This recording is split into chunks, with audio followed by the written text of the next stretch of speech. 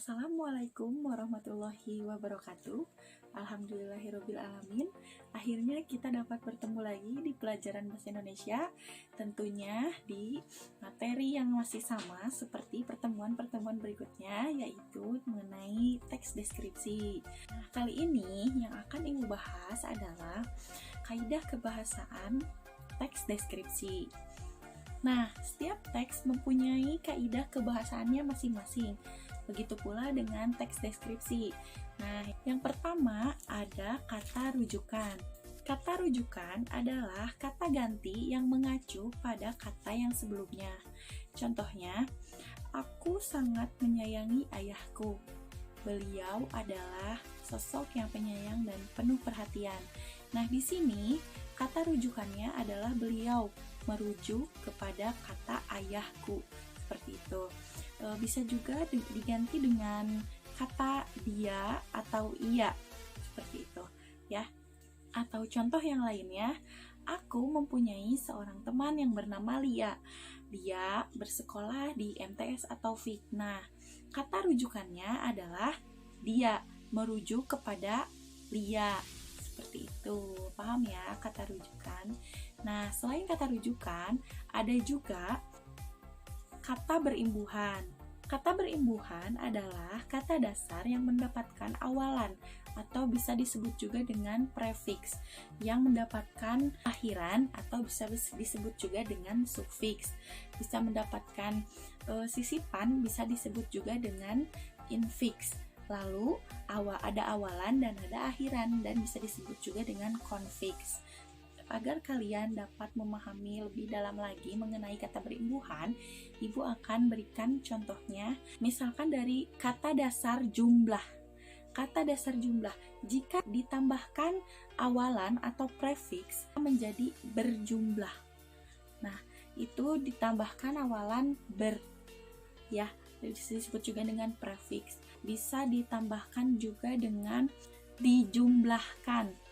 Nah, itu disebut juga dengan konfiks karena kata dasar jumlah di awalnya ditambahkan dengan di akhirnya ditambahkan dengan imbuhan kan. Jadi dijumlahkan. Itu disebut juga dengan konfiks karena ada awalan, ada akhiran. Seperti itu. Selanjutnya dari kata makan. Jika kita tambahkan awalan me akan menjadi memakan. Itu disebut juga dengan imbuhan prefix karena imbuhannya disisipkan di awal.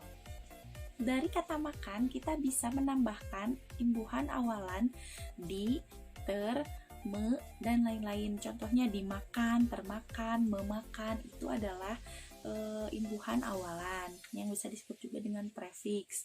Kalau misalkan imbuhan sufiks di akhiran misalkan ya, bisa disebut juga akhiran.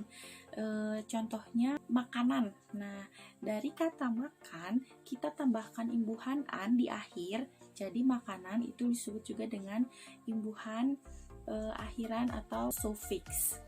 Lalu, kaidah kebahasaan teks deskripsi yang selanjutnya ada konjungsi. Konjungsi itu bisa disebut juga dengan kata hubung. Kata hubung itu ada berbagai macam. Ada contohnya ada dan, atau, jika, karena, tetapi, dan lain-lain. Ya, contohnya bisa seperti ini. Aku sangat senang sekali bersekolah di MTS atau FIK karena teman-teman yang solid dan guru-gurunya yang baik. Itu bisa dijadikan contoh karena di dalam kalimat yang Ibu bacakan tadi ada salah satu konjungsi yang Ibu sebutkan, yaitu adalah karena. Ya, aku bersekolah di MTS atau FIK karena, nah itu adalah konjungsi, kata hubung yang menghubungkan kalimat seperti itu. Yang selanjutnya ada juga yang disebut dengan kelompok kata atau bisa disebut juga dengan frasa. Nah, kelompok kata yaitu kumpulan dua kata atau lebih yang tersusun dari kata bermakna dan membentuk arti kata baru. Ini maksudnya kayak gimana? Asalnya kan satu kata yang mempunyai makna. Misalkan contohnya rumah. Nah, ditambahkan dengan kata lain juga yang memiliki makna. Rumah itu kan tempat orang singgah, tempat tempat pulang. Nah, rumah ditambahkan dengan kata makan. Nah, makan itu adalah kegiatan orang mengisi perutnya ketika lapar. Nah, jika disatukan rumah makan jadi arti kata yang berbeda kan?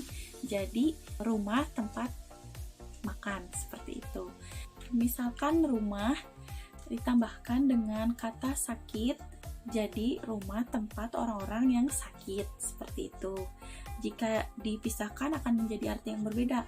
Tadi kata ibu kan kalau rumah itu adalah tempat orang yang untuk orang pulang. Kalau sakit adalah sesuatu yang berefek pada tubuh kita, seperti itu. Jika kita kelelahan atau misalkan kita jatuh dari motor. Nah, lalu yang selanjutnya ada kata baku dan tidak baku. Nah, kata baku acuannya itu ada pada KBBI atau Kamus Besar Bahasa Indonesia. Kata baku itu biasanya dipakai di acara resmi, lisan maupun tulisan. Kalau yang tidak baku, sebaliknya. Contoh kata baku dan tidak baku itu dari kata bakunya telur, kata tidak bakunya telur. Kata bakunya malam, kata tidak bakunya malam. Kata bakunya bus, kata tidak bakunya bis. Seperti itu. Lalu ada lagi kata bakunya akta, kata tidak bakunya jadi akte. Seperti itu. Nah, yang selanjutnya ada penggunaan huruf kapital dan tanda baca. Nah, seperti yang sudah kita ketahui di dalam bahasa Indonesia pasti harus memperhatikan tanda baca dan huruf kapital. Nah, huruf kapital itu adalah huruf besar ya. Huruf kapital itu biasanya terdapat pada awal kalimat. Bisa juga setelah titik. Bisa juga pada nama seorang atau gelar, nama tempat. Itu harus memakai huruf kapital awalnya ya.